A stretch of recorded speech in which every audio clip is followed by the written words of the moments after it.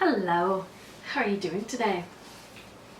Get ready for some ranty politics. Okay, so I hope it shows.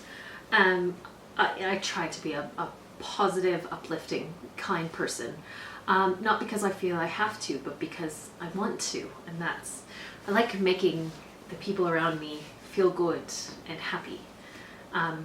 But I'm really upset and moved by the current conditions in my adoptive country. So, as many of you know, Australia is in the middle of the worst fire season it's ever had. It's January 4th today, so it's summer's not even halfway over yet. And today could very well be one of the worst fire days this country has ever experienced. And that's terrifying. That's really, really scary. And my decision to go on a 6-month no-buy replacement only for makeup and hair care has made me really start thinking about these things. And I've always, I guess, thought about this stuff. And I have, as I've mentioned, I am quite minimalist in a lot of ways. I'm not one of those people, sadly, who has only, 7 outfits set up perfectly, and I can't work quite that way. Though I more and more realize I wear black leggings and black t-shirts a lot and should just embrace that and accept it. So obviously this first 6 months of the year, I'll be doing a replacement only makeup and hair care no buy. So once I'm out of something, then I can buy something new. And part of it is I want to use the stuff I have and enjoy that artwork that is makeup while just not worrying about buying new stuff and the newest trends. And it's made me think about my other shopping decisions. And I guess the first caveat, I can talk. The first caveat I'll put in this is perfection. Perfection shouldn't be the enemy of good.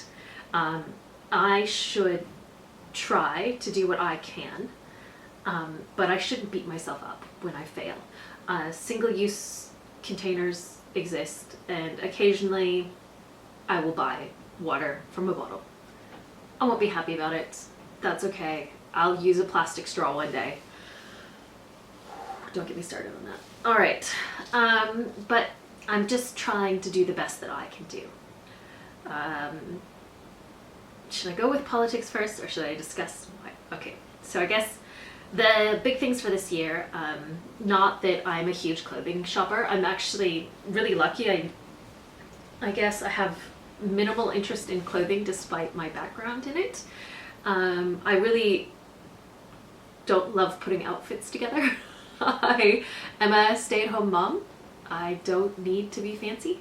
So I can toss on jeans and a t-shirt, or leggings and a t-shirt, boots or Birkenstocks, and go out the door. So buying clothing isn't a huge thing I need to worry about. I'm going to continue doing what I've been doing. So if I need to buy something new, so leggings, underwear, things like that, I'm going to continue buying Australian-made products. It's easy enough. We have some great options here. I like supporting local businesses, so that's the easy one. If I want fun, fancy dresses or things like that I just don't wear that often, I'll just go to the op shop and find something and thrift it and, fix it up so it's for me specifically. Food I'm pretty good about already as well. We buy in bulk when we can. There are only 3 of us plus the dog. But we buy in bulk when we can. We buy local. We love going to the markets. So we're going to continue doing that. I guess the big purchasing that I make is makeup. And my partner would be electronics and video games. And he keeps things for an incredibly long time and uses them to death. I think we have a really old Xbox sitting right there as well. So it's not like I need to, police his spending on his hobbies. If we do consume anything else, it would be books. But we're both getting better at books on tape, ebooks. audiobooks, not books on tape, audiobooks. And we both really love podcasts as well. And what I love about podcasts is it's one or two people making it. They aren't creating a ton of waste. They aren't printing tons of stuff for us. They're just chatting with us. We'll see if I can start my podcast this year. But the big thing that I guess I want to ask with this is, what can we really do to change our environmental footprints? And I guess the first question is, why do big and small corporations get to dump their waste on us and reduce their taxes at the same time?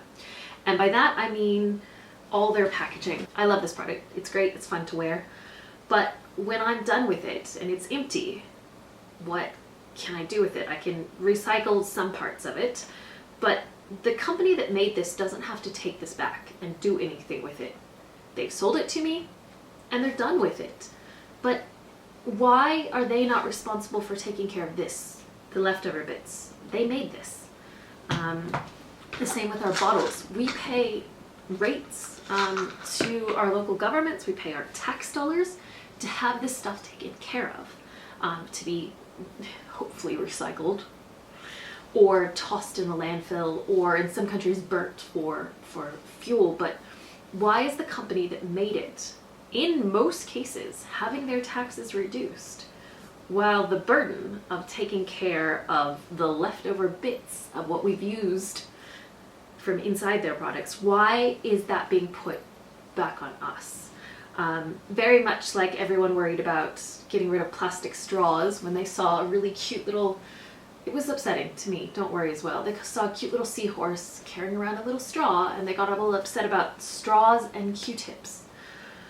Well, the majority of the Pacific garbage patch, the big thing in the ocean, is fishing nets. Why are fishing trawlers, why are fishing boats allowed to leave their nets? Why are they not being fined for that? Why are corporations making billions and billions of dollars in profits while firing their workforces and then giving us responsibility for their leftover waste? Just a thought. See, I said it would be ranty. I warned you. Anything I can do to reduce my consumption will be nothing compared to what large corporations and billionaires could do.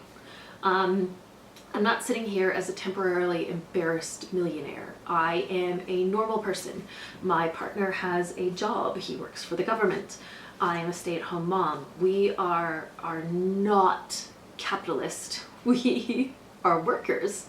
And we really need to start thinking about what we let capitalists do to us.